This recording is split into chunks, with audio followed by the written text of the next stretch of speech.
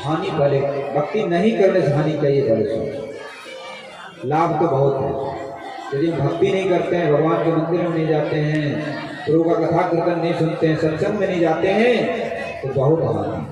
क्या क्या हानि है? हम कुसंग में फंस जाएंगे, नशा का सेवन करेंगे, दारू का सेवन करेंगे, मांस मदिरा का सेवन करेंगे, लड़ाई झगड़ा मार पीट सारे दुष्कर्म हमारे अंदर आ जाएंगे। और यदि हम सज्जनों का संग करेंगे, अच्छे संग में रहेंगे, भक्ति करेंगे प्रभु का, तो ये सब कुसंगत गलत भी हमारे अंदर नहीं। बहुत से लोग क्या करते हैं, धर्म के आड़ में पाप करते हैं, उसको तो भैया नरक में भी ठिकाना नहीं। आजकल ऐसा होता है, बहुत से लोग धर्म का बाना बांध करके और भीतर भीतर पाप करते हैं, उसको तो यमराज भी माफ नहीं करेंगे। वो तो अपने लिए स्वयं गड्ढा खोद रहे हैं, दूसरों के आंख में आप धूल नहीं झोंक सकते हो, आप स्वयं अपने आंख में धूल झोंकोगे। घर के आगे गड्ढा खोदोगे, पहले तुम ही गिरोगे, दूसरा गिरेगा नहीं गिरेगा, पता है। तो भैया जो पाप कर रहे हो, अधर्म कर रहे हो, अत्याचार कर रहे हो, अपने लिए कर रहे हो, क्योंकि यहाँ का नियम है कर्म प्रधान विश्व करेगा था, जो जस करें सो तस फल चाचा। भगवान का कानून बना हुआ, विधान बना हुआ, जो जैसा करेगा उसको ही फल भोगना पड़ेगा, दूसरा नहीं भोगेगा। इसलिए कर्म करने में बड़ी सावधानी करना। एक बात बताना चाहता था मैं परसों से, लेकिन नहीं बता पाया, लेकिन अब बता देते हैं। राजा परीक्षित जब भ्रमण करने के लिए निकले थे, तो उनको रास्ते में एक बैल और एक गाय मिली, बड़ी दुखी थी, और उसको एक शूद्र राजा का वेश धारण करके मार रहा था। ये भागवत जी कथा है, थोड़े में समझा देंगे आपको रहस्य की बात। तो राजा बड़े धर्मात्मा थे, पांडवों के पोता थे, अर्जुन के पोता थे, यानी अर्जुन के पुत्र थे अभिमन्यु, अभिमन्यु का पुत्र थे राजा परीक्षित। तो राजा परीक्षित ने तलवार निकाल लिया। अरे दुष्ट कौन है जो धर्म स्वरूप बैल और पृथ्वी स्वरूपा गौ माता को प्रताड़ित कर रहा है, मैं तुमको छोड़ूंगा नहीं। तलवार निकाल लिया मारने के लिए। तो कलयुग, वो शूद्र कोई नहीं, कलयुग था। भगवान कृष्ण चले गए थे इस धाम को छोड़ करके, कलयुग आ चुका, कलयुग ही था जो धर्म और गाय को पीड़ा दिया। जैसे तलवार से मारने के लिए तैयार हुए, राजा चरणों में गिर पड़ा, रक्षा करो रक्षा करो। तो शरणागत रक्षा धर्म होता है, कलयुग को रक्षा करा। लेकिन कहा कि तुम हमारे राज्य से, देश से निकल जाओ। तो कलयुग कहने लगा, महाराज आपका तो राज्य जहाँ से पृथ्वी, जहाँ से सूर्य उदय होता है और जहाँ अस्त होता है वहाँ तक आपका राज्य है, तो मैं कहाँ जाऊँगा छोड़ करके? कुछ रहने के लिए स्थान दे दीजिए। तो 5 स्थान दिए, आप लोग ध्यान से सुनना। 5 स्थान कौन कौन से जिसमें कलयुग का निवास। पहला स्थान है जुआ, जुआ में कलयुग का निवास। जुआ सट्टा, जो भी शेयर बाजार जैसे जितने भी काम होते हैं, सब में कलयुग का निवास। अब समझ लो, और कलयुग का काम है बुद्धि को विपरीत कर देना, उपद्रव करना, दुख देना, पाप में लगाना, ये कलयुग का। जीवन में अशांति पैदा करना, ये कलयुग का काम। तो पहला स्थान है जुआ। जुआ खेलने वाले सावधान, कलयुग वहां जाएगा और तुम्हारा सर्वनाश कर देगा। तो वैसे भी सब लोग जानते हैं, जो जुआ में पड़ गया समझोगे घर का नाश। और दूसरा स्थान दिया शराब, मदिरा, दारू जिसको बोलते हैं। दारू में भी इसका बात। और आजकल तो दारू बहुत प्रचलित, दे दारू दे दारू, तो गाना सुना है, कभी कभी आ जाता है कान में, दे दारू और धूम शराबी धूम, ये सब गाना अनिवार्य हो गया। कभी विवाह शादी होगा ना, उसमें बोतल का व्यवस्था अलग से रहता है, एक टेबल अलग ही लगा रहता है, और बिना बोतल के बराते नहीं होते। पर पी करके गंदे गंदे गाली बकते हैं, कौन माँ है कौन बहन है वो खुदा नहीं। फिर जाकर के गंदे नाली में गिर जाते हैं, कुत्ता आता है मुँह देता है ऊपर से, खारा खारा स्वाद बड़ा बढ़िया लगता है। दारू पीने वाले का शरीर नाश, धन का नाश, परिवार का नाश, और समाज में, और जो उसके साथ में जाता है उसका भी नाश। तो भैया क्यों जहर को पी रहे हो? अरे पीने के लिए बढ़िया वाली चीज़ बनाए, दूध बनाए, मौसमी का रस पियो, फलों का रस पियो, शरीर में ताकत मिलेगा, बादाम की ठंडाई बना के पियो। क्यों इस नशा के चक्कर में पड़े? तो आज आप लोग कथा सुनने आए हैं, ये संकल्प लेके जाए कि इन सब चीज़ों को हम छोड़ेंगे, और जब तक नहीं छोड़ोगे तब तक जीवन में सुख मिलने वाला नहीं। चाहे तुम कितना धन इकट्ठा कर लो, कितना मकान बना लो, कितना दुकान बना लो, कितना नौकरी कर लो, प्रधानमंत्री बन लो, लेकिन जीवन में सुख शांति मिलने वाला नहीं, क्योंकि इसमें कलयुग का निवास है। तो प्रथम हो गया जुआ, दूसरा हो गया दारू शराब, नशा। नशा कोई भी हो, बीड़ी सिगरेट, जितने भी नशा है। दारू में ताड़ी भी आता है, बिहार में ताड़ी ज़्यादा रहता है, ताड़ के पेड़ पे होता है, उसको ताड़ी बोलते हैं, उसको भी पीते हैं बहुत लोग महुआ को बना लेते, देसी शराब। जितने भी नशा हैं सब में कलयुग का निवास है। और तीसरा स्थान दिया है हिंसा। हिंसा मतलब जीव हिंसा, किसी जीव को मारना, काटना, वध करना, लड़ाई झगड़ा करना, ये सब में कलयुग का निवास। और यहाँ तो ज़्यादा प्रचलित है, यहाँ शक्ति उपासना ज़्यादा है बिहार में। काली माँ के नाम पर, दुर्गा माँ के नाम पर लोग बकरा बकरी को बलि दे देते। अरे काली माँ दुर्गा माँ तो जगत जननी है, सारे पशु पक्षी सभी उनकी संतान है, वो कभी उनका बलि नहीं लेते हैं। बलि का होता है समर्पण करना, अपने आप को माँ के चरणों में सौंप दो, इसका नाम बलि है। बलि बकरे का नहीं दे। लेकिन हम लोग राक्षस लोग अपना जीव को चटोरा करने के लिए काली माँ का नाम लेकर के, दुर्गा माँ का नाम लेकर के बलि देते। अच्छा एक बार बताओ, ठीक है काली माँ बलि खाती, तुम बतासा क्यों चढ़ाते हो? मांस और रान क्यों चढ़ा दो मंदिर में? तब समझेंगे काली माँ बलि खाती जाता है मंदिर में। ये सब तो अपनी राक्षसी वृत्ति को बढ़ाने के लिए हम लोग ऐसा करते हैं। देखो किसी को बुरा लगा हो तो क्षमा करिएगा, क्योंकि हम लोग साधु संत हैं, तो हम लोग समाज में, हम लोगों का दायित्व होता है कि समाज को सत्मार्ग दिखाना। और कड़वी दवा होता है ना, वही लाभ करता है, मीठी गोली लाभ कम करता है, नीम की निबोरी ज़्यादा लाभ करता है। तो कभी कभी कड़वी वचन बोलना पड़ जाता है, तो इसलिए आप लोग क्षमा करेंगे। किसी भी यदि ठेस लगा हो मेरी वचनों से, आप लोग क्षमा करिए। लेकिन वास्तव में यही सत्य है। लोग जो है महादेव जी कहते हैं, एक आजकल नया संप्रदाय चला है, उसमें कहते हैं कुछ भी खाओ, कुछ भी पियो, बस नमः शिवाय करो, उद्धार हो जाए। नहीं होने वाला है। पाप भी करते रहोगे और कहोगे कि उद्धार हो जाए, कभी नहीं होने वाला है। और महाभारत में स्वयं महादेव जी माता पार्वती से उपदेश कर रहे हैं कि मांस भक्षण करने वाले कितने पाप लगते हैं। आप कहोगे मैं श्लोक से दिखा दूंगा। तो भैया ये सब कुप्रथा, कुप्रवृत्ति का त्याग करो। यदि समाज में, परिवार में उन्नति लाना चाहते हो, सुख समृद्धि लाना चाहते हो, तो धर्म पथ पे चलो, सतमार्ग पे चलो। जभी जो है आप सुखी हो सकते हैं, समृद्धि को प्राप्त कर सकते हैं, आपके समाज का, देश का, गांव का समुचित विकास हो सकता है। और कोई रास्ता दूसरा नहीं। चौथा स्थान दिया पराई स्त्री का सेवन। अपनी विवाहिता स्त्री को छोड़ करके दूसरे के साथ संपर्क करना, और आजकल बहुत ज्यादा हो रहा है, इसलिए कलयुग बढ़ता चला जा रहा है। और पांचवा स्थान दिया 2 नंबर की कमाई, अन्याय से कमाया हुआ धन, उसमें भी कलयुग का निवास है। अथवा जिस धन में से दान पुण्य नहीं किया जाता है, उसमें भी कलयुग आ जाता है। इसलिए धन का कुछ अंश दान भी करते रहे। यहाँ तक आ गया है पहले तो शास्त्रों में दसवां। अरे दसवां नहीं कर पाओ, एक अंश कर दो तो दान भी करना चाहिए। इस तरह से 5 स्थान है भैया, जिसको कलयुग से बचना है, इन 5 बातों को छोड़ दीजिए तो बड़ा लाभ है। देखो परिश्रम के कमाया हुआ जो अन्न से अपना निर्वाह करता है, वो अमृत के समान होता है। और 2 नंबर का पैसा 2 नंबर में ही चला जाता है। रोग में जाएगा, कष्ट में जाएगा, मुकदमा में जाएगा, कुछ न कुछ लगेगा, झंझट, और उसी में चला जाएगा। क्योंकि लक्ष्मी चंचला है, रुकती नहीं है, चली जाएगी।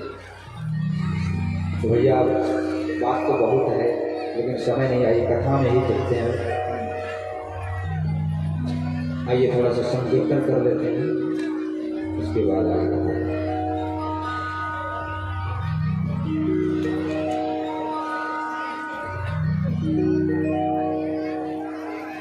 राधे श्री राधे।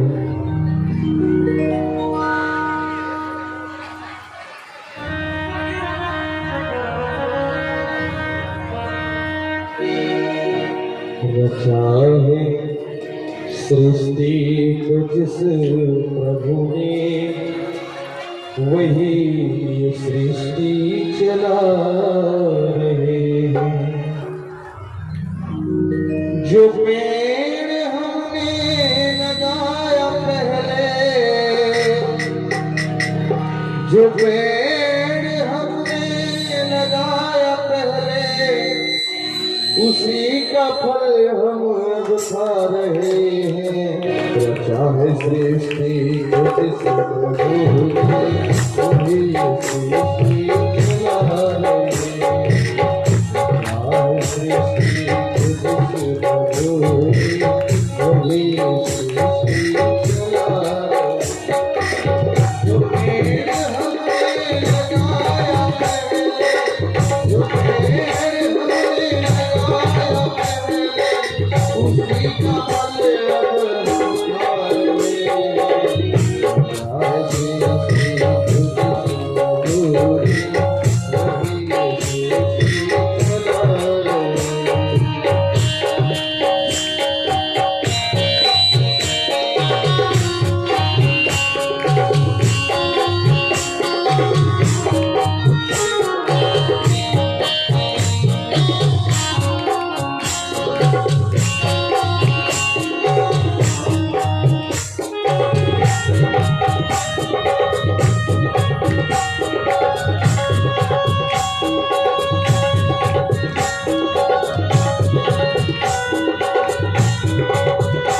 जो पेड़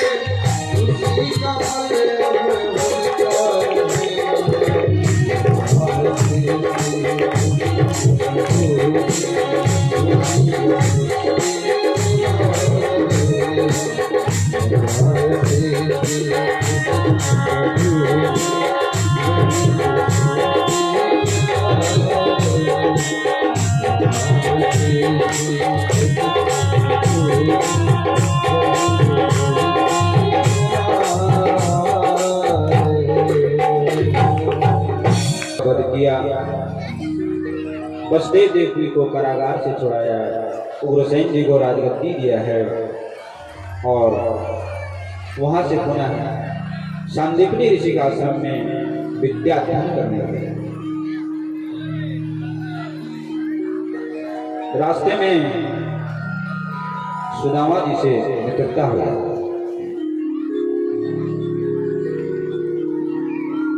भगवान कृष्ण बलराम रथ पर बैठ करके चले जा रहे थे। उधर से सुदामा जी महाराज रथ पे बैठ करके, तो भगवान कृष्ण बलराम हैं, सुदामा जी ब्राह्मण थे, पैदल ही पैदल आ गए। जैसे एक घनघोर जंगल में आए, सुदामा जी के पैरों में कांटा चुभ गया। सुदामा जी जमीन पर बैठ गए, कहाने लगे, जोर जोर से दर्द होने लगा। लेकिन उस बियावान जंगल में खूब प्रयास किया निकालने काटा, लेकिन काटा नहीं। बोले क्या करूं, कैसे करूं, कैसे जाऊं, कहाँ जाऊं? बोले भगवान को ही पुकारते, हे प्रभु, हे गोविंद, हे माधव, मेरे इस कांटे के बिना चला नहीं। तो पुकारने लगे प्रभु को, काटो लागो रे सावरिया, मोह पे गैल चलो न जा, काटो लागो रे सावरिया, मोह पे गैल चलो न जा, गैल चलो न जा, मोह पे गैल चलो न जा,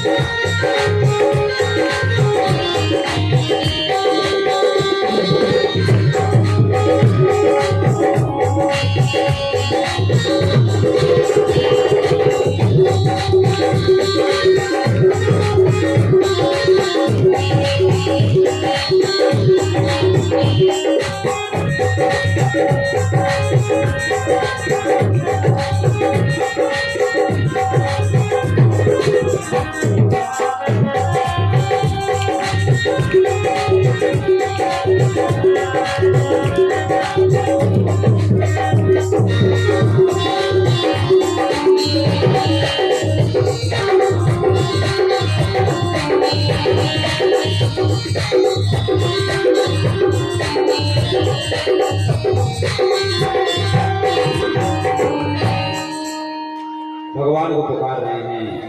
इसी समय कृष्ण बलराम रथ पे जा रहे थे तो करुण आवाज सुनाई पड़ी। भगवान कृष्ण कहने लगे, हे बलराम भैया, इस बियावान जंगल में किसी की करुण पुकार सुनाई पड़ी, तो दर्द के मारे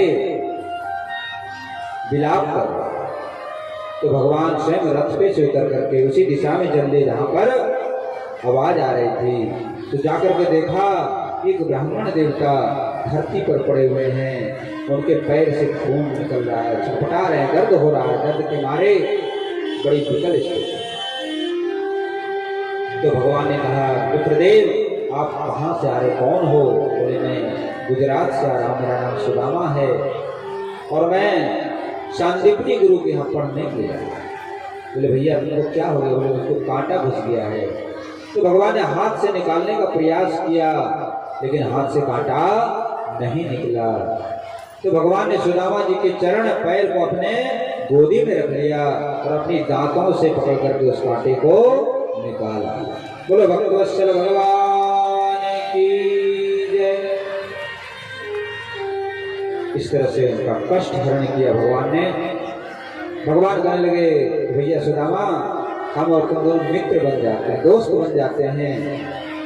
सुदामा जी कहेंगे, भैया तुम तो राजा के बेटा हो, मैं एक गरीब ब्राह्मण हूँ, मेरी और तुम्हारी यारी कैसे हो सकती है? क्योंकि मित्रता तो समानता में होती है।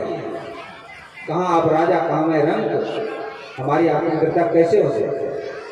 लेकिन भगवान कहने लगे, मेरा नाम दीन बंधु है, मैं दीनों का बंधु हूँ, इसलिए मैं आपके साथ मित्रता करूँगा। दोनों में मित्रता हो गई है। अपने रथ पे बैठा करके सांदीपनी ऋषि के आश्रम पर ले गए। अब तो कृष्ण बलराम एक साथ खाते हैं, एक साथ बैठते हैं, एक साथ पढ़ते हैं, सब काम एक साथ, घनिष्ठ मित्र हो गए। एक दिन की बात है, सुदामा जी अपने पाठ को भूल गए। तो गुरु माता ने कहा कि बेटा पाठ भूल गए, इसका दंड है जंगल में से लकड़ी लाना। तो भगवान कृष्ण ने भी जानबूझ करके पाठ भूल गए। तो मित्र जाएगा अकेले वन में तो हमको भी साथ जाना चाहिए। तो भगवान भी पाठ को भूल गए। अब दोनों मित्र जंगल में लकड़ी लाने के लिए जाने लगे। तो गुरु माता, तो माता ही थी, माता घर देते। देखो माँ जो होती है ना, भले बच्चे को डांटती है, फटकारती है, लेकिन हृदय में उनका प्रेम भरा, दया भरा। ऐसी भगवान है। भगवान हम लोग दुख देते हैं, कष्ट देते हैं, लेकिन उसमें भी उनका प्रेम छिपा होता है। दंड दे करके सुधारते हैं, उनमें भी उनकी कृपा छिपी रहती है। हम लोग रोते हैं, जैसे बच्चा को माँ पीटती नहाने के लिए तो बच्चा रोता है, लेकिन बच्चे की भलाई के लिए नभाती है माँ उसको, भले रोता है तो रोने लगता है। इसी तरह से यहाँ पर गुरु माता दया से द्रवित हो गई। बोले बेटा तुम्हें भूख लगेगी तो 2 मुट्ठी चना दे दिया एक कपड़े में, जाओ तुमको भूख लगे तो खा ले। अब कृष्ण और बलराम जी दोनों जंगल में गए, लकड़ी बीनने लगे। इसी समय भगवान की लीला, आंधी तूफान वर्षा होने लगा, बिजली चमकने लगी, घनघोर वर्षा होने लगी।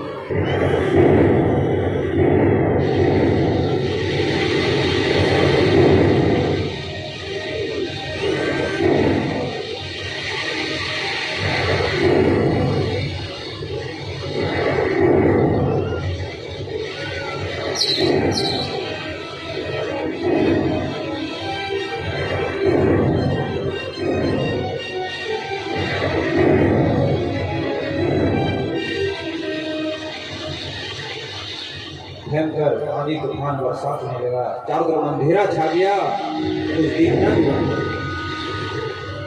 और इतनी बरसात हो गई, दोनों भीग गए, एक पेड़ के नीचे खड़े हो गए, थर थर कांपने लगे। इधर सुदामा जी बड़ी भूख लगाई, बोले जो है चना तो रखा है, गुरु माता ने दिया, तो धीरे धीरे खाना शुरू कर दिया। अपने हिस्सा का खा गए और धीरे धीरे कृष्ण के हिस्सा का भी खा गए। भगवान कुछ नहीं बोले। इधर पूरी रात्रि वहीं वृक्ष के नीचे दोनों कृष्ण सुदामा बैठे रहे। सुबह हुआ, गुरु महाराज स्वयं खोजने के लिए गए कृष्ण सुदामा कहाँ। तो देखा तो दोनों कृष्ण सुदामा वृक्ष के नीचे थरथर कांप रहे हैं। गुरु जी कहने लगे कि हे पुत्रो धन्य हो, तुम लोगों ने हमारी सेवा के लिए बहुत कष्ट उठाया। अपना शरीर सबको प्यारा होता है, लेकिन हमारी सेवा के लिए तुमने अपने शरीर की भी परवाह नहीं की। इसलिए मैं आशीर्वाद देता हूँ कि तुम दोनों को समस्त विद्या प्राप्त हो। ऐसा गुरु जी ने आशीर्वाद दिया है। इधर गुरु माता को पता चला, ऐसे ऐसे सुदामा जी ने कृष्ण के हिस्सा का चना खा लिया। गुरु माता ने कहा बेटा सुदामा तुमने अच्छा नहीं किया, इसके फल से तुमको गरीबी भोगना पड़ेगा, निर्धनता भोगना पड़ेगा। सुदामा जी रोने लगे, गुरु माता के चरणों में पड़ गए। गुरु माता का कोई बात नहीं, ये तो भोगना ही पड़ेगा तुमको कर्म का फल, लेकिन जब तुम द्वारकापुरी जाओगे द्वारकाधीश से मिलने के लिए, उसके बाद तुम्हारा दुख समाप्त, तुम्हारी निर्धनता दूर हो जाएगी। इस तरह से विद्याधन पूर्ण हुआ है और दोनों जो वहां से चल दिए हैं, उसी स्थान पर आ गए जहां पर दोनों मिले थे।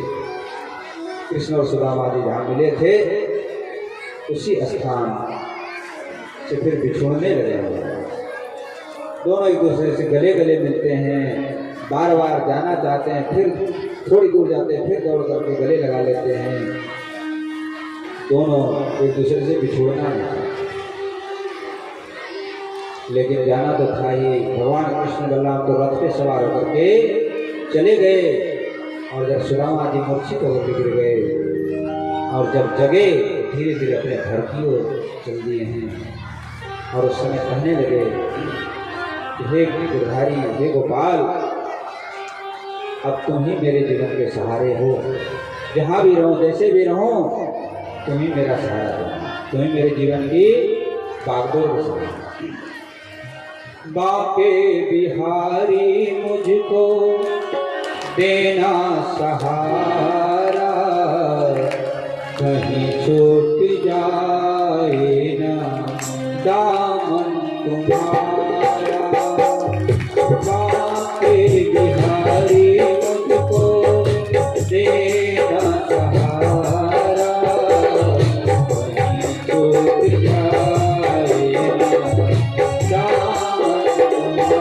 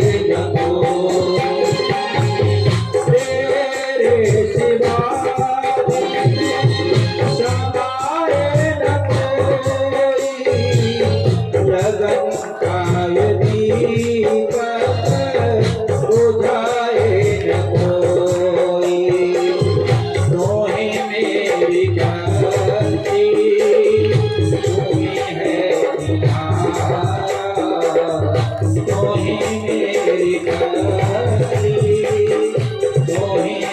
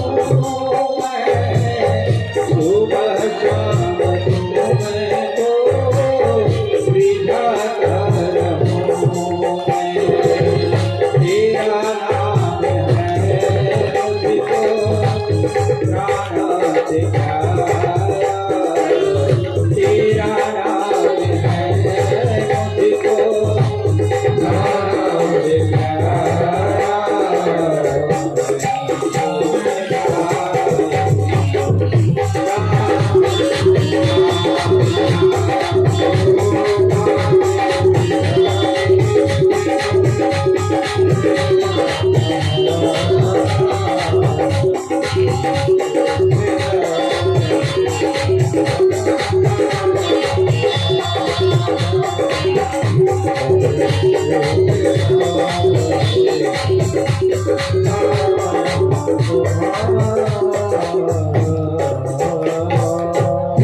बोलो कृष्ण सुदामा भगवान की जय। सुदामा जी का बचपन की कथा आप लोगों ने सुना, और थोड़ी सी मैं भी अपने बचपन की कथा सुना, क्योंकि जिसके जीवन में जो अनुभव होता है उसको पता होता है। तो थोड़े शब्दों में सुनाना ज़्यादा है। देखिए, मेरा जो जन्मभूमि है यही अंग देश बिहार है। ये अंग देश है राजा कर्ण की भूमि, दानवीर कर्ण। आप लोग भूले नहीं, ये जो भागलपुर और मुंगेर ये अंग देश माना है, जहाँ के राजा थे दानवीर कर्ण, जिन्होंने इनकी दानशीलता प्रचलित थी तो अपना कवच भी उन्होंने उतार करके दे दिया माता कुंती को। इंद्र ने छल किया था, कवच ले लिया, और माता कुंती को उन्होंने वरदान दिया था कि एक पुत्र तुम्हारा हमेशा बचा। माता कुंती का ही दानियों में शिरोमणि थे, प्रतिदिन स्वर्ण का दान 1000 स्वर्ण मुद्रा का दान करते। कहाँ पर दान करते थे? चंडिका मैया का स्थान आज भी है, हमने दर्शन किया वहाँ जाकर। चंडिका मैया के स्थान पे पूजा करती थी, और चंडिका मैया के यहाँ से 1000 स्वर्ण मुद्रा मिलता था प्रतिदिन दान। ऐसी दानी शिरोमणि राजा कर्ण की भूमि है अंग देश, जिसको भागलपुर और मुंगेर जमालपुर के अंग देश में। उसी अंग देश में हमारा भी जन्म हुआ है। और स्थान भी पता बता ही देते हैं। गोवा के पास जो कुलपुरा महादेवापुर है वही जन्मभूमि है। बचपन से ही भक्ति मार्ग में रुचि थी। तो 5-6 वर्ष की अवस्था में भय प्रकट गोपाल, श्री रामचंद्र गोपाल, हनुमान चालीसा ये सब याद हो गया।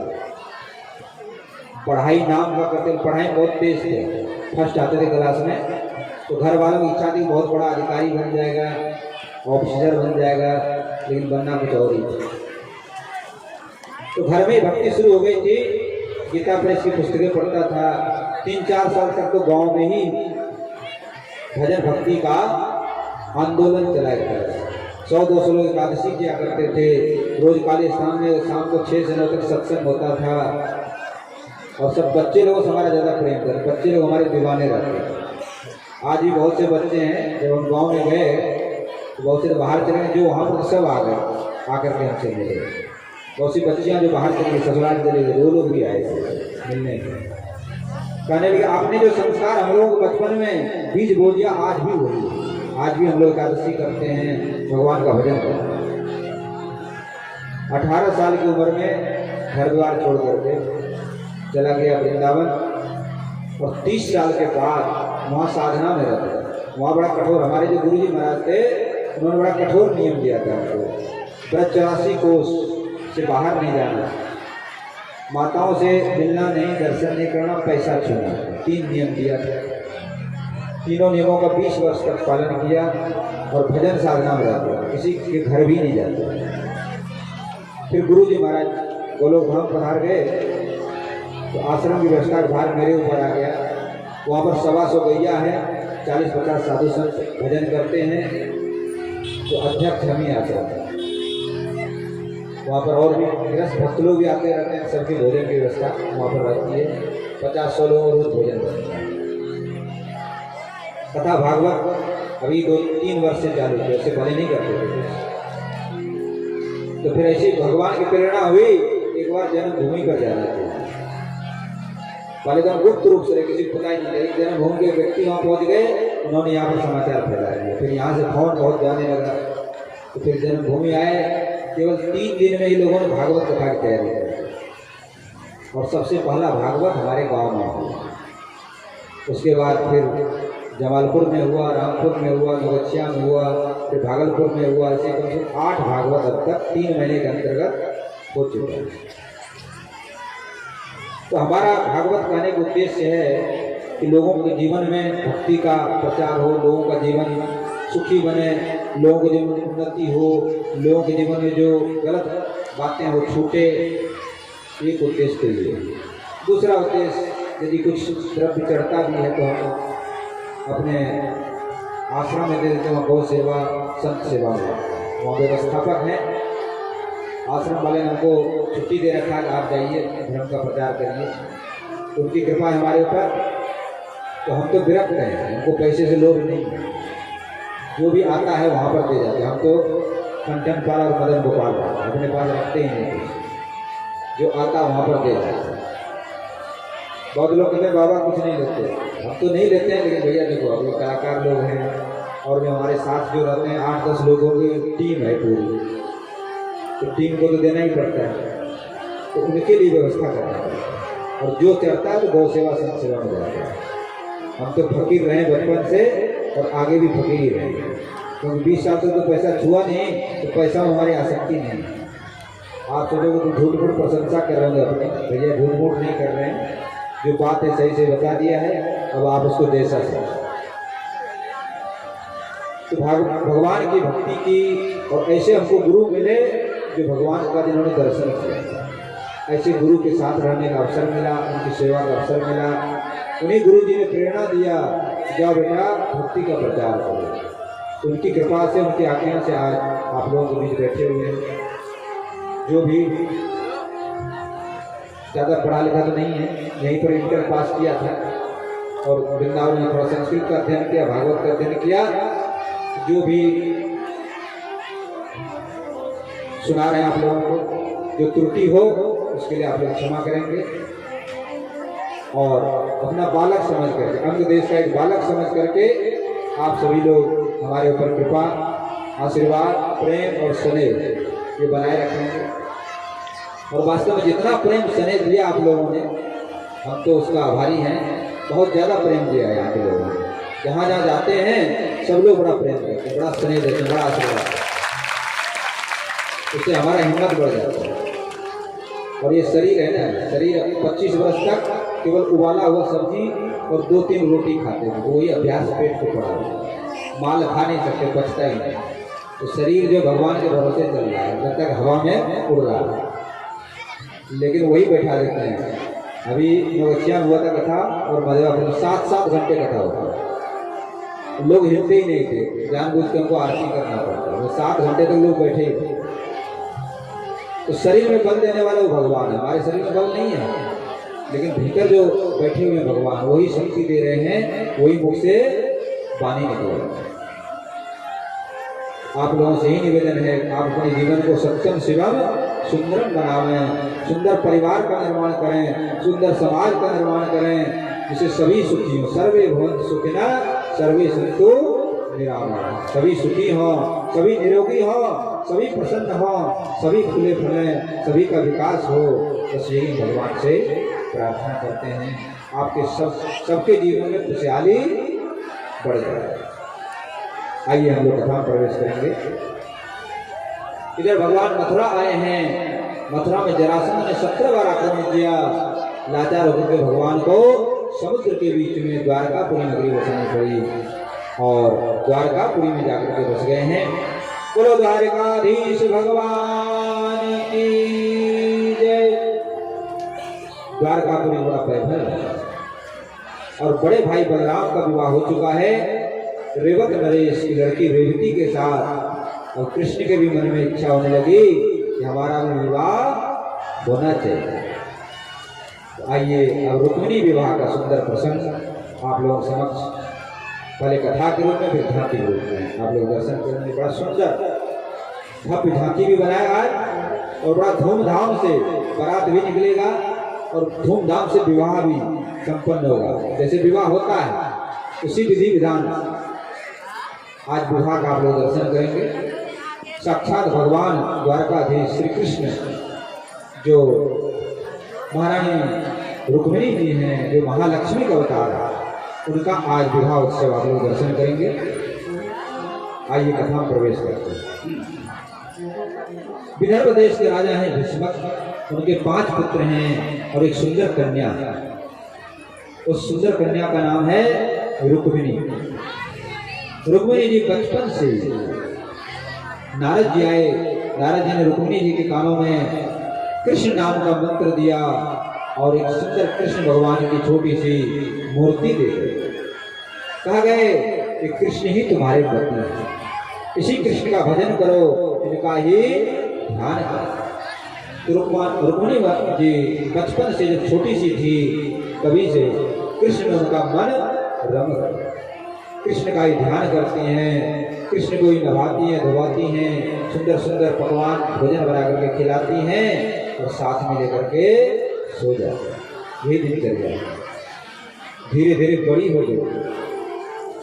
तो जब बड़ी हो गई तो राजा भीष्मक को चिंता हो गई, बेटी का विवाह करना चाहिए, लेकिन किससे विवाह किया जाए?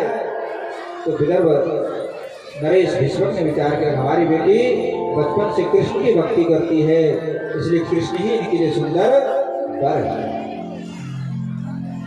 लेकिन इसका जो बड़ा पुत्र था रुक्मी, वो बड़ा दुष्ट था। वो खल मंडली के साथ था, जरासंध, शिशुपाल, दुर्योधन, ये सब उसके मित्र थे।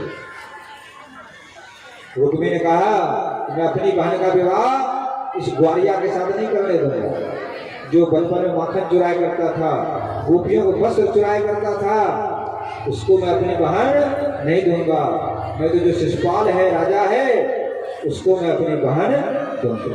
हट पड़ गया वो, और उसने क्या किया, विवाह से 5 दिन पहले जाकर के शिशुपाल को निमंत्रण दिया, और साथ में बराते लेकर के चला, नगर में ठहरने की व्यवस्था करता। और देखो ये जो रुक्मिणी और कृष्ण के विवाह का जो प्रसंग है, ये कोई साधारण प्रसंग है, ये जीव और ईश्वर की मिलन की कथा है। रुक्मिणी जी जीव के रूप में हैं और भगवान ईश्वर परमात्मा के रूप में। हमें हमारे अनेक जन्म हो चुके हैं, अनेकों पति हो चुके हैं, अनेकों पुत्र हो चुके हैं, अनेकों माता पिता हो चुके हैं। इस 84 लाख योनियों में भ्रमण कर, लेकिन भगवान से बिछुड़ गए, इसलिए जो है यहाँ पर दुख उठा रहे हैं। बार बार जन्म लेते हैं, बार बार मरते हैं, बार बार दुख उठाते हैं। जब जीव का भगवान के साथ मिलन हो जाता है तभी शांति की प्राप्ति होती है। तो यहाँ पर यही कथा सुना। रुक्मिणी जी बड़ी दुखी हो गई, जैसे सुना शिशुपाल यहाँ पर आया हुआ है, शिशुपाल के साथ मेरा विवाह होने वाला है। बड़ी हृदय में दुख हो गया, कष्ट हो गया, क्या करूं क्या न करूं। एक ब्राह्मण देव थे जिनका नाम था सुरेश ब्राह्मण, जो भीष्मक राजा के कुल पुरोहित थे। ब्राह्मण देव को बुलवाया, चरणों में प्रणाम। हे ब्राह्मण देव, आप हमारे पिता के समान हैं, आप मेरा एक काम कर दीजिए। सुरेश ब्राह्मण करने लगे, बेटी तुम तुम्हारी बेटी के समान हो। जब तुम छोटी थी तो मैं तुम्हें अपनी गोदी में खिलाता, मैं तुम्हारे पिता के ही समान हूँ। बेटी क्या काम है तुम बताओ। रुक्मिणी जी कहने लगी, मैं एक पत्र लिख करके दे रही हूँ, आप द्वारकाधीश भगवान के पास पहुंचा दीजिए, बड़ी कृपा होगी। साथ ही भगवान से आप स्वयं कह देना, सिफारिश कर देना कि रुक्मिणी आपके लिए व्याकुल है, जब तक आपका दर्शन नहीं कर लेगी उसको चैन नहीं मिलेगा। ब्राह्मण देव कहने लगे, बेटी तुम चिंता मत करो, मैं जाऊंगा तो भगवान को साथ में लेकर के आऊंगा। देखो जैसे हम लोग कहीं जाते हैं और सिफारिश घूस देना पड़ता है, ऐसे भगवान के दरबार में जो गुरुदेव हैं वो सिफारिश करते हैं, गुरुदेव ही जीव को भगवान से मिलाते हैं। सुरेश ब्राह्मण पहुंच गए हैं द्वारकापुरी, आधी रात हो गई थी, लेकिन द्वारकाधीश प्रभु के घर में संत और ब्राह्मणों के लिए रात्रि दरवाजा खुला रहा। जाकर के जगाया भगवान को। भगवान द्वारकाधीश ने ब्राह्मण देव के चरणों में प्रणाम किया, क्योंकि प्रभु ब्राह्मण देव ब्राह्मण के भक्त हैं।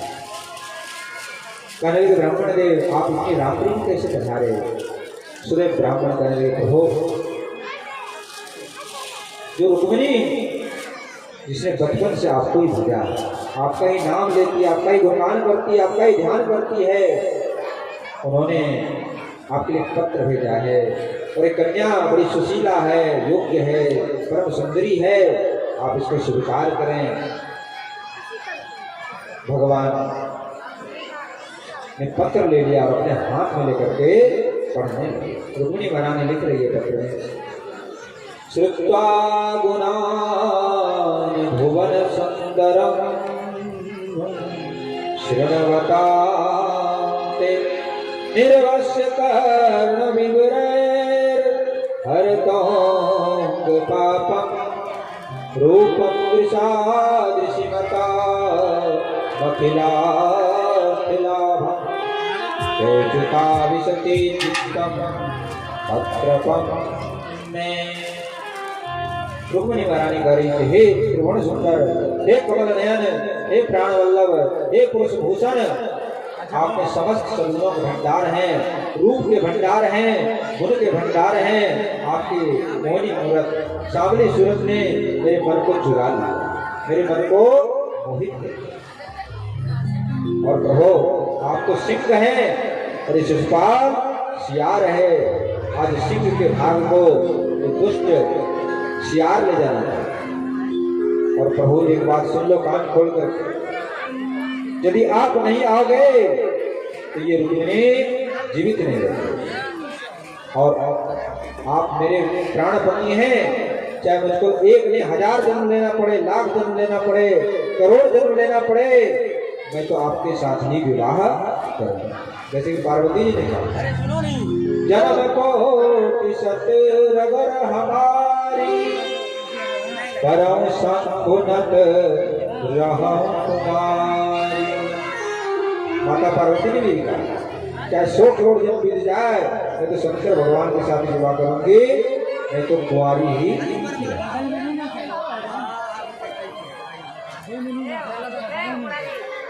रुक्मिणी महारानी भगवान श्याम सुंदर का हृदय द्रवित हो गया। भगवान की आंखों से झरझर आंसू आए, क्योंकि भगवान प्रेमी के बस में होते हैं, भक्त के बस में होते हैं। भगवान कहने लगे, रुक्मिणी, जब से मैंने सुना है कि शिशुपाल वहां पर आया हुआ था, हमको भी चाहिए, हमको भी दिन में भूख नहीं लगती, रात में नींद नहीं आती। तथाहमपि तच्चित्तो निद्रा च न लभे निशि, वेदाहं रुक्मिणा द्वेषा ममाद्वाहो निवारितः। मैं शीघ्र ही रुक्मिणी तुम्हारे पास आ रहा हूँ। रुक्मिणी जी ने दूसरा संदेश दिया, मैं गौरी माता का कल पूजन करने जाऊंगी और वहीं से मेरे आप हरण करेंगे। अब जो है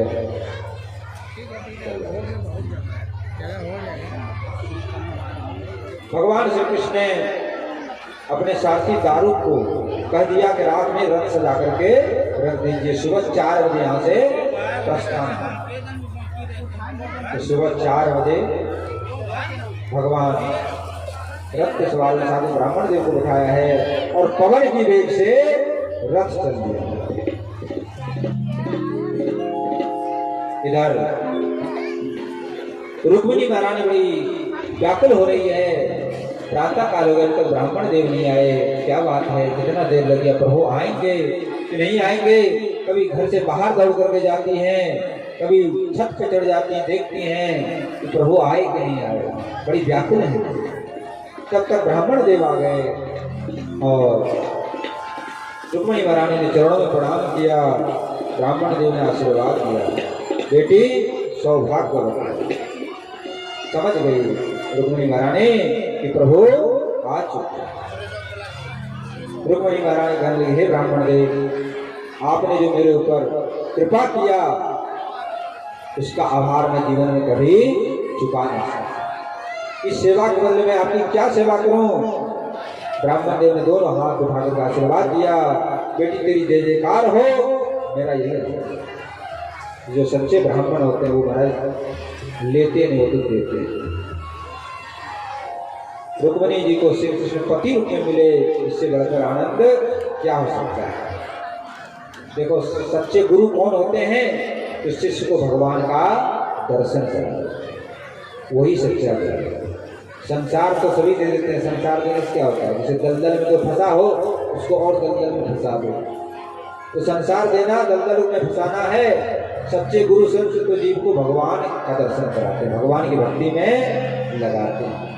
और सच्चे गुरुदेव कौन होते हैं? तो शिष्य का भगवान का दर्शन जब तक नहीं कराते हैं तब तक कभी भी शिष्य का ऋणी है। और सच्चा शिष्य कौन होता है? तो सब कुछ गुरु के चरणों में सौंप देता है, गुरु की आज्ञा के अनुसार चलता है, गुरु में श्रद्धा रखता है, वही सच्चा शिष्य। इस तरह से आशीर्वाद दिया है। और उधर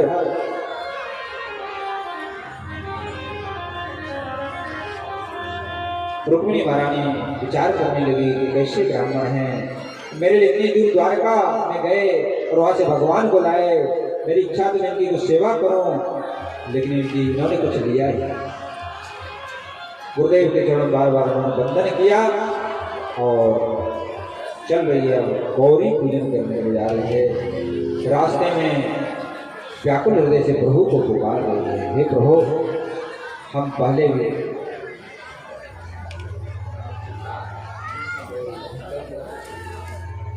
अब गौरी माता का पूजन करने के लिए आ रही हैं। हमारी रुक्मिणी मैया, साथ में सहेलियां हैं, गीत गाती हुई आ रही हैं। झांकी के रूप में आप लोग दर्शन करेंगे और उसके बाद भगवान कृष्ण का हरण है। उस समय रुक्मिणी महारानी अपने मन में क्या करेंगे भगवान से, बड़ा सुंदर भाव है। तुम हमारे थे प्रभु जी, तुम हमारे हो,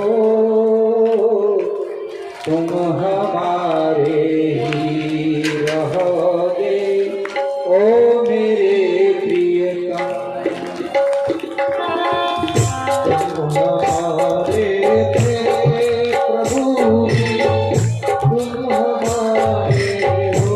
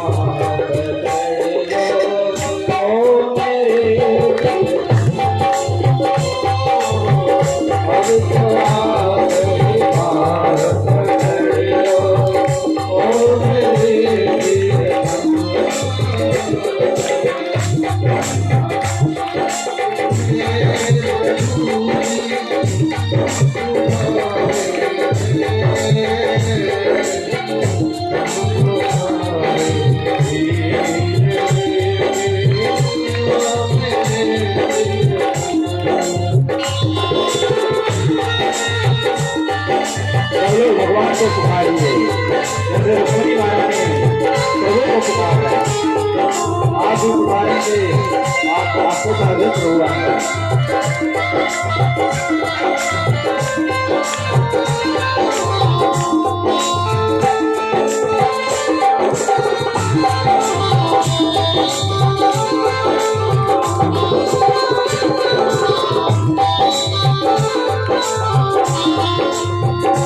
बोलो रुक्मिणी मैया की जय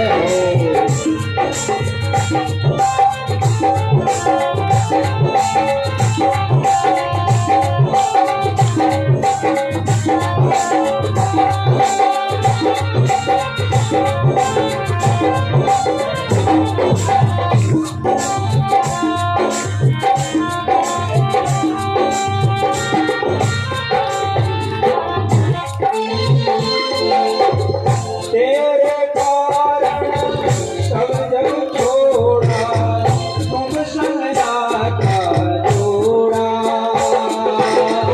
तेरे कारण सब जग छोड़ा, तुमसे नाता जोड़ा। तेरे कारण सब जग छोड़ा, तुम संग नाता जोड़ा।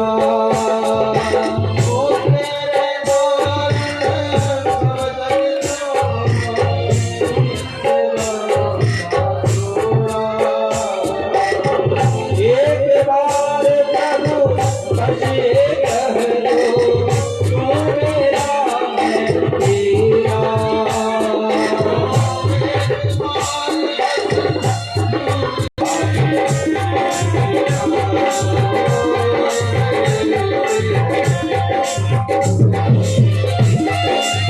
जय हो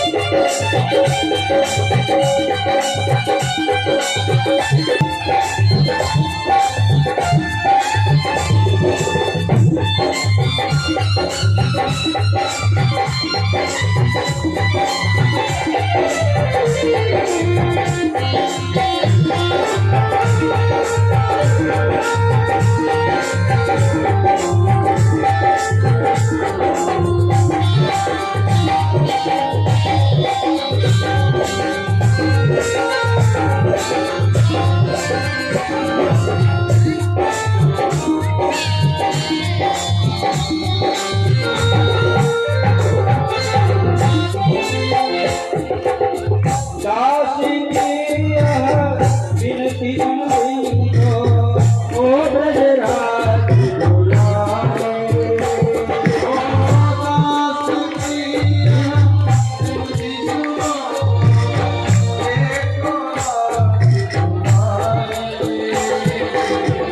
दासी की विनती सुनो, ओ ब्रजराज दुलारे।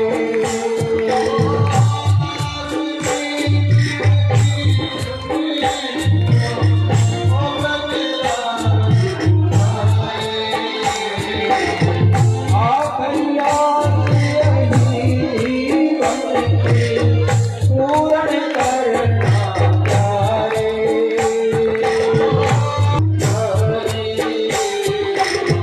आखिरी आस यही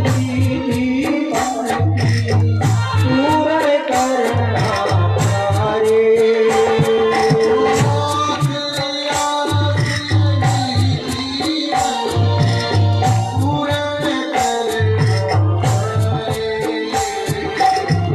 एक बार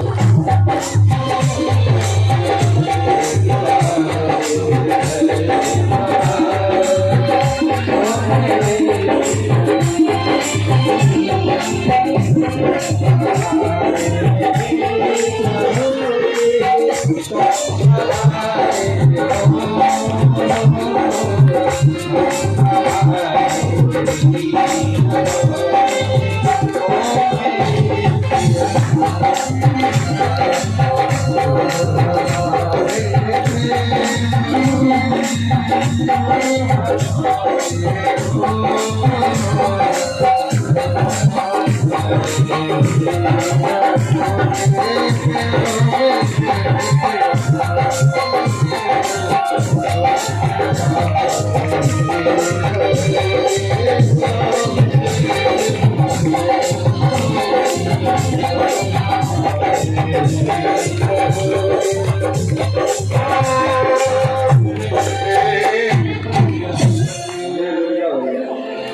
बड़ा जल्दी हो रही है। देखो इतना प्रेम है भगवान, थोड़ा इंतजार कीजिए। रुक्मिणी भैया सखियों के साथ गौरी पूजन करने के आई है। आगे सखी पीछे सखी हैं, चारों तरफ सैनिक हैं, पहरा लगा हुआ है और मृदंग शंख भेरी शहनाई आदि बाजे बज रहे हैं। रुक्मिणी भैया गौरी भैया के मंदिर में पहुंचे हैं और हाथ में होकर के गौरी माता का षोडश विधि से पूजन किया। नमस्ते काम्बके भीक्षण ससंतानयुतान् शिवान् भूयात् पतिर्मे भगवान् कृष्णस्य तदनुमोदताम्। महाराज खड़े रहो, खड़े रहना पड़ेगा, देखते रहो। अभी गौरी पूजन करने निकलेगी जब ले जाओ, इंतजार करते रहिए, व्याकुल होते रहिए। अभी ऐसा है ना, रुक्मिणी जी बहुत कर पाया आपने, अब आप भी तड़पो थोड़े। तो गौरी मैया की स्तुति करने लगी, हे गौरी मैया आप भगवान शंकर की प्यारी हो, गणेश जी और कार्तिकेय की माँ हो। मैं आपसे हाथ जोड़ कर प्रार्थना करती हूँ कि कृष्ण हमें पति कीजिए। जय जय गिरिवर राज किशोरी, जय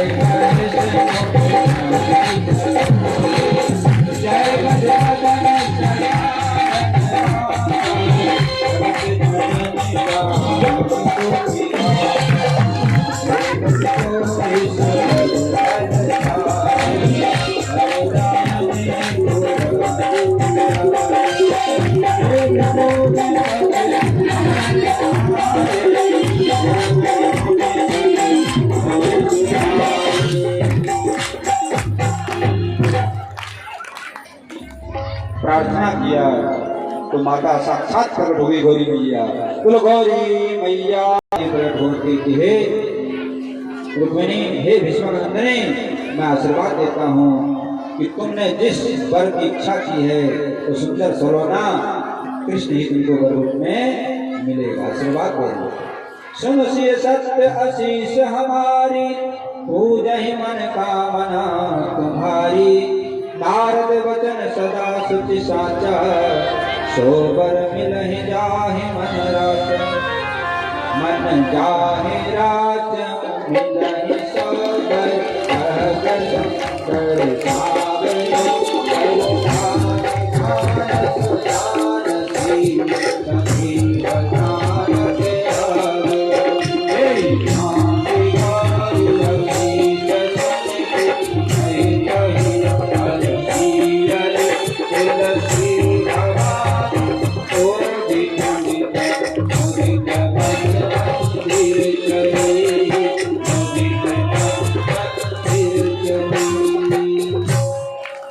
गौरी मैया ने आशीर्वाद दिया है और आशीर्वाद प्राप्त करके थोड़ा धीरज धारण करिएगा और आप भी थोड़ा धीरज धारण करें। मन में बड़ी चटपटी लगी हुई माता गौरी से आशीर्वाद प्राप्त किया है और 16 श्रृंगार से सजी हुई है। आज रुक्मिणी मैया सखी का हाथ पकड़ करके गिरजा मंदिर से बाहर, उनके शरीर से दिव्य प्रकाश निकल रहा है, जिसको देख करके सभी सैनिक मोहित हो गए। जहाँ तहाँ खड़े रहे और पाँवों में नूपुर है, हाथों में कंगन है, बड़ा सुंदर मदद है। और महाराज जैसे ही बाहर निकले हैं तो क्या देखते हैं, भगवान कृष्ण रथ लेकर के सवार बाहर। रुक्मणी महाराज ने हाथ ऊपर कर दिया, इशारा कर दो भगवान को, तैयार होना, आ जाओ। यहाँ बोला हुआ, बस भगवान समझ गए और बस लेकर रथ में बैठाया। ले गो ले गो ले गो ले गो ले गो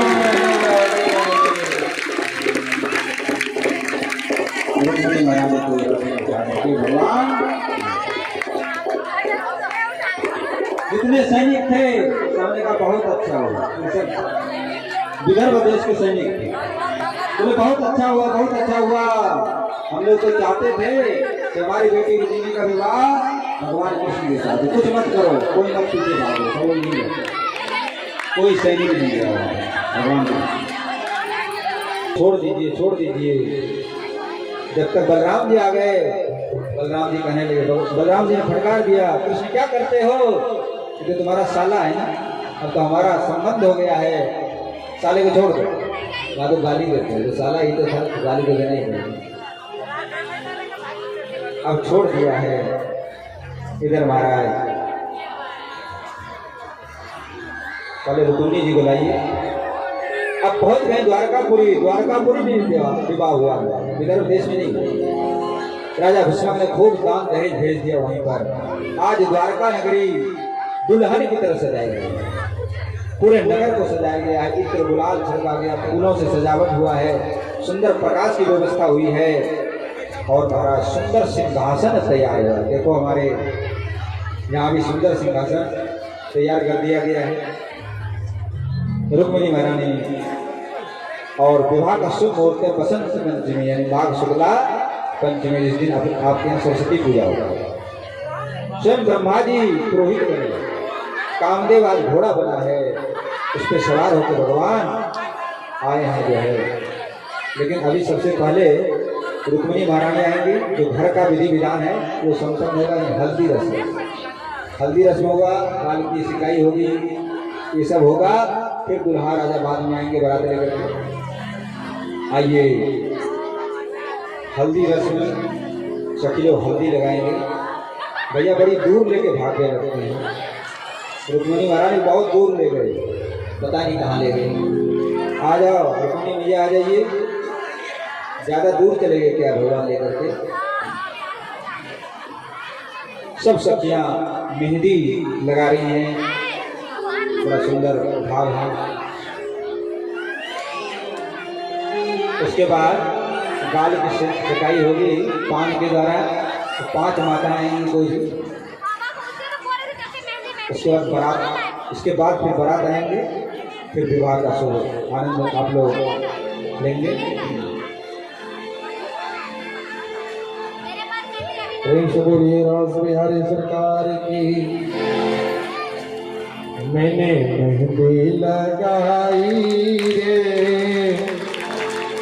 कृष्ण नाम की, मैंने मेहंदी लगाई रे। सब लोग बोलेंगे साथ में।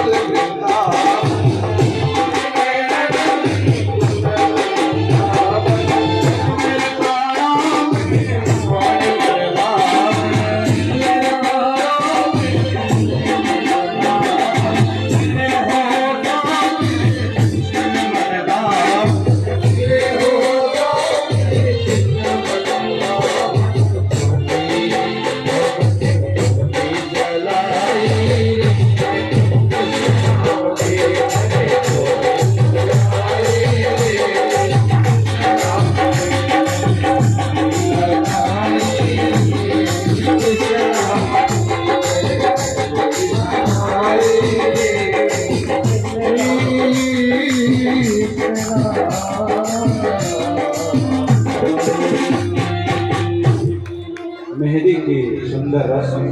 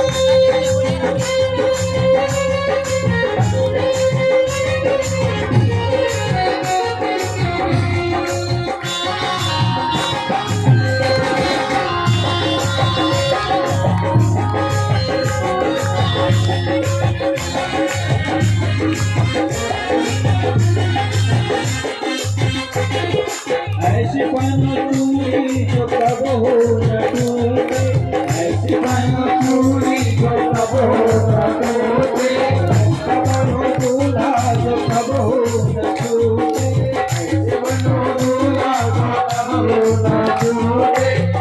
अटल सुहाग की बिटिया लगा दो, अटल सुहाग की बिटिया लगा दो, बेटा सुंदर की दुल्हन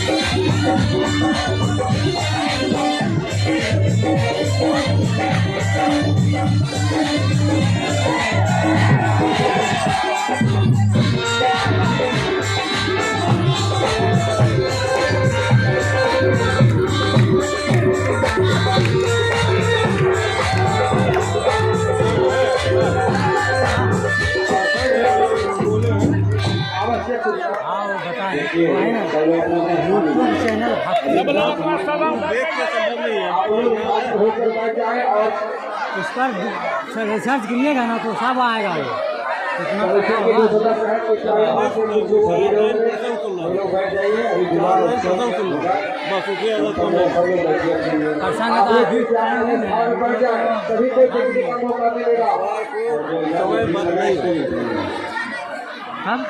अखबार को समय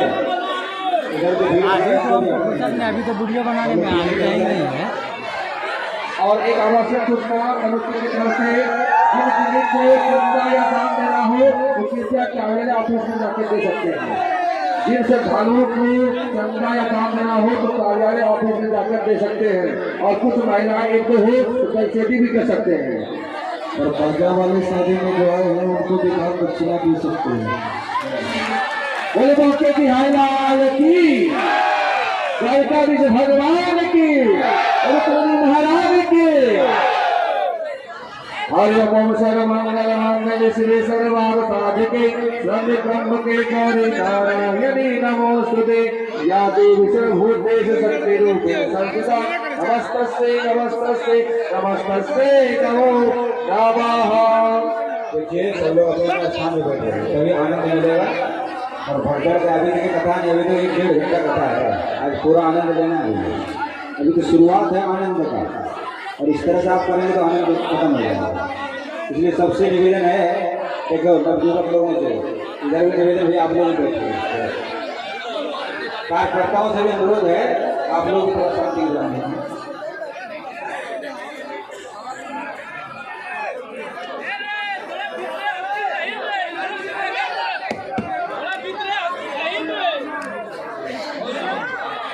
देखिए विधि विधान प्रारंभ हो चुका है, तो ज़्यादा लोग हैं, केवल 4-5 लोग आएंगे। अगर से भी कभी ज़्यादा भीड़ नहीं रहेंगे यहाँ पर।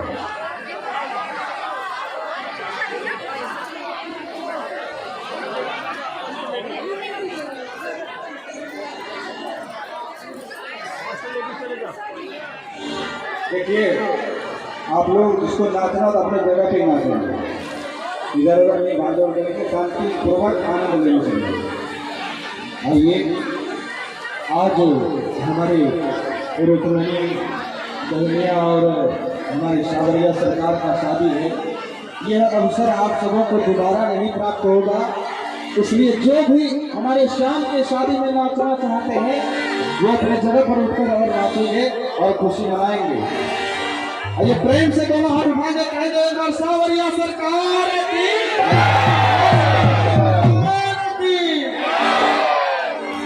और क्या कहना है? अमीर से होती है, गरीब से होती है, मगर कहाँ भी होती है मेरे दोस्त, साथिया तो नसीब से होती है।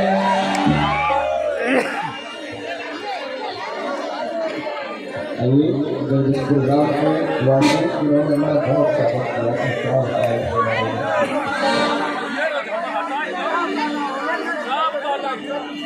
आज मेरे श्याम की शादी है।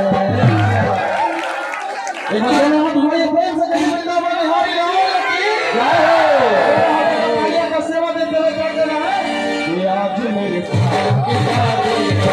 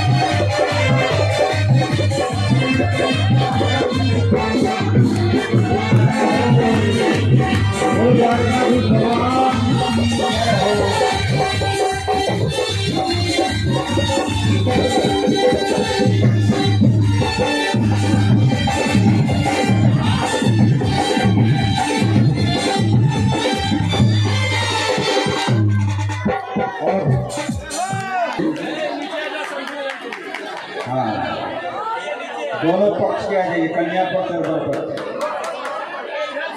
भैया छिप क्यों रहे हो समझी जी, सामने आओ ना।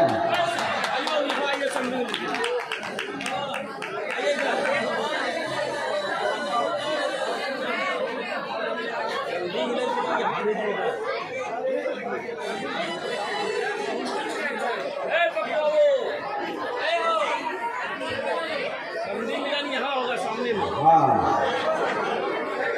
आइए जब तक एक जो है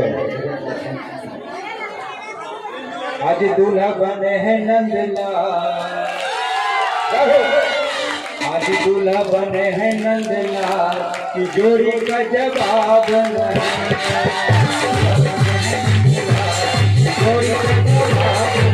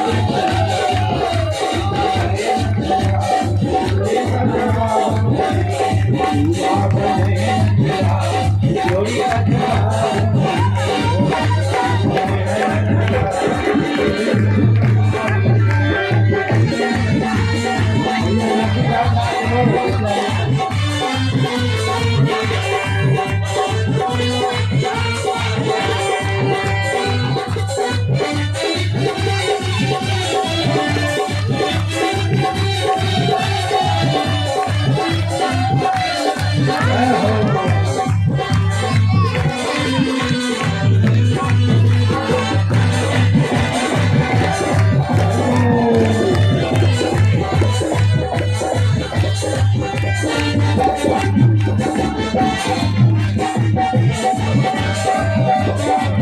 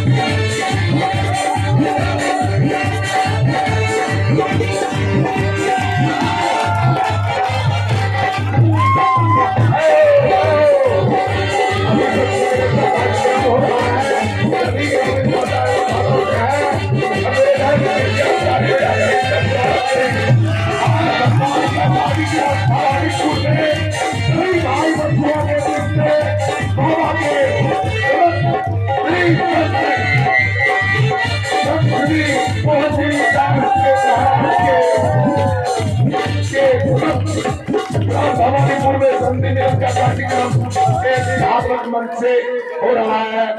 मैं बहुत बहुत भाई बंधुओं और ग्रामीण माताएं मामाओं को धन्यवाद करता हूँ। इनका तालियों से स्वागत करें संधि निरंजन कार्यक्रम को। चलिए बहुत बहुत धन्यवाद। आज बहुत बेहद खुशी की बात है कि ग्राम भवानीपुर में हम लोग सभी भाई बंधु एक नवयुवक संघ मिलकर एक बहुत भव्य प्रोग्राम भागवत कथा का आयोजन श्री कृष्ण जन्मोत्सव रुक्मणी विवाह अन्य कार्यक्रम का आप लोगों के बाबा के ये कार्यक्रम संपन्न हो रहा है। ये बहुत खुशी की बात है। ओ श्री राधे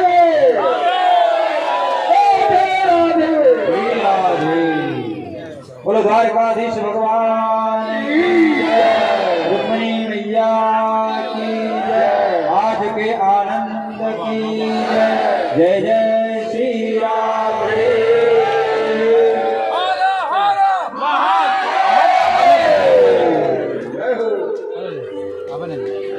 चलतो जाओ हो गया भगवान का दरबार में थे। रंजीत रंजीत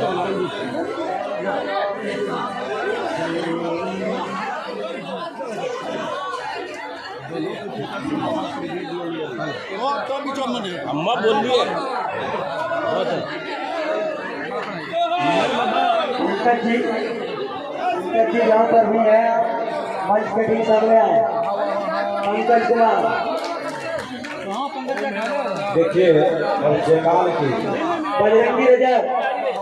अरे अभी लोग नहीं बात आप जहाँ कहीं भी है मंच के ठीक सामने आए।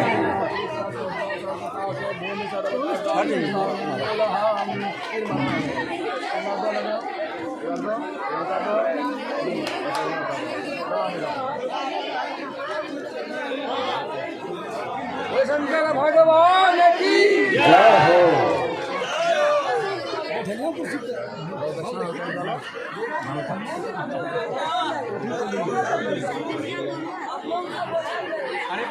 ये दुल्हा में तो ये सब्जी बहुत ज्यादा दिख रहे हैं क्योंकि सबके बेटा बेटी हैं इसलिए सब्जी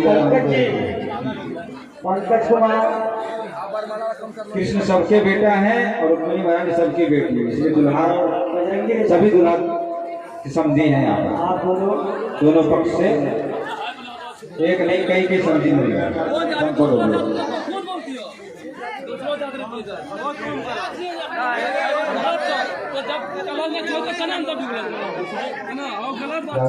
आगे का कार्यक्रम करवाइए। देर में अभी आगे कथा बाकी है। अभी महाराज लीला और होली लीला सुगमा की बाकी है। अभी ज़्यादा फिल्म बना कर आप लोग शांति शांति बनाए रखिए आप लोग। शांति कराएं। काम ऐसा करें जो कि काम खराब ना हो। हम लोग युवा कार्यक्रम कर रहे हैं, अच्छा करें। भगवान की जय द्वारकाधीश भगवान की जय, महारानी की जय, जय जय श्री राधे, हर हर महादेव। जयमाल हो गया है और द्वारकाधीश को रुकनी बनाने का। अब सभी लोगों से निवेदन है, सब अपने अपने स्थान में बैठे। यहाँ से जगह बिल्कुल खाली करें। सभी भाई बहनों इधर से सबको खाली कर भाई। और जो भी नवयुवक है जो शाम लोग यहाँ कर खाली कर भाई।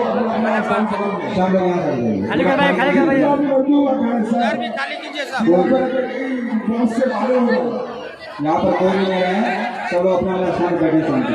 आप लोग भी समझने का भाई कोशिश कीजिए, जो खड़ा है कि क्या आगे बढ़ करके और सामने से देखिएगा तो बड़ी मजा आएगा। देखो इसे माता है, आप लोग बैठिए, आप लोग भी राधे राधे, बच्चा है, सब लोग बैठिए। इसका साथी बना करके रखिए। एक लड़की का एक भाई बन सकते हैं, पूरी माता का एक भाई बन जाए। यहाँ पर एक लड़का आ जाएंगे, कोई छोटा बच्चा, कोई छोटा बच्चा तो कोई माता का भाई बन गया। अरे बड़ी सौभाग्य से मिलता है, कोई छोटा बच्चा ही।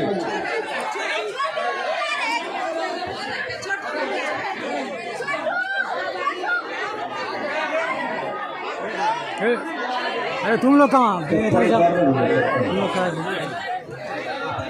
आप लोग भी कृपया शांति बनाए बैठे और बैठ कर देखिए, तभी आनंद आएगा। आप लोग हल्ला गुल्ला ना करें। सब लोग बैठ जाओ, जितने लोग खड़े हैं सब लोग बैठ, सब लोग बैठ जाइए अपनी जगह पे। ओम हरि हर वायु महंत दो जनलहा जंत्र भाषकर विद्वान वरुणः पदाधि पद्मः पदमुरः नरगोबर सुरगजकामणे कौस्तुभाषा में शतधरस्तलंगल धरः कुवंतो मंगलम गंगा गोमति गणपति गोविंद गोवर्धन गीता गोमय गरुडो गरुसूता गंगा गौतम गायत्री गो यदा भगया गंभीर गोदावरी गंधर्व ग्राम गोपुदुर्गला तप्तो मंगला। ओम गंगा सिंधु जमुना गोदावरी नर्मदा तापी सरयू महेंद्रया चंद्रवती देविका क्षिप्रावे द्रवते महासुर नदी ख्याता या देविका पूर्णा पुण्य च समुचेता तंतु मंगलम। ओम सर्व मंगल मंगल्ये शिवे सर्वार्थ साधके शरणत्र्यंबके गौरी नारायणी नमोस्ते। ओम मंगलम भगवान विष्णु मंगलम गरुड़ध्वज मंगलम पुंडरीकाक्ष मंगलातनो हरिः। ओम सप्तः वेदाम नमस्कार समर्पयामि। ओम विवाह महोत्सवे पूर्वशः राधा कृष्ण धाम नमो नमः। ओम रुक्मिणी कृष्ण धाम नमो नमः। ओम द्वारकाधीश भगवान की, ओम रुक्मिणी महारानी की, ओम वृंदावन बिहारी लाल की।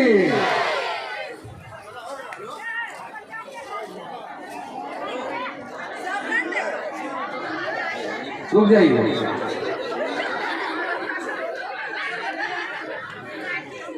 अब जो है एक मिनट, आप वो सुपर किया अब जो आप उधर को देखते दो, आप इनके आगे रहिए। आप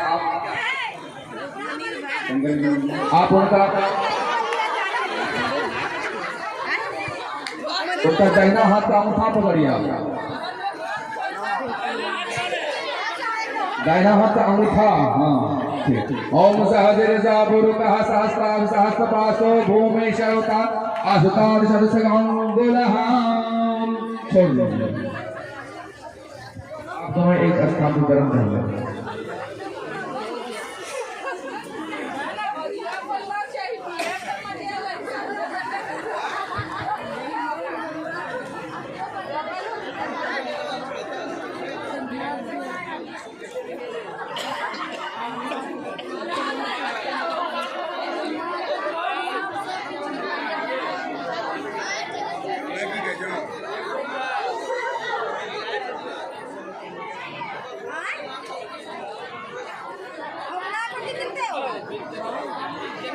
द्वारकाधीश पूरा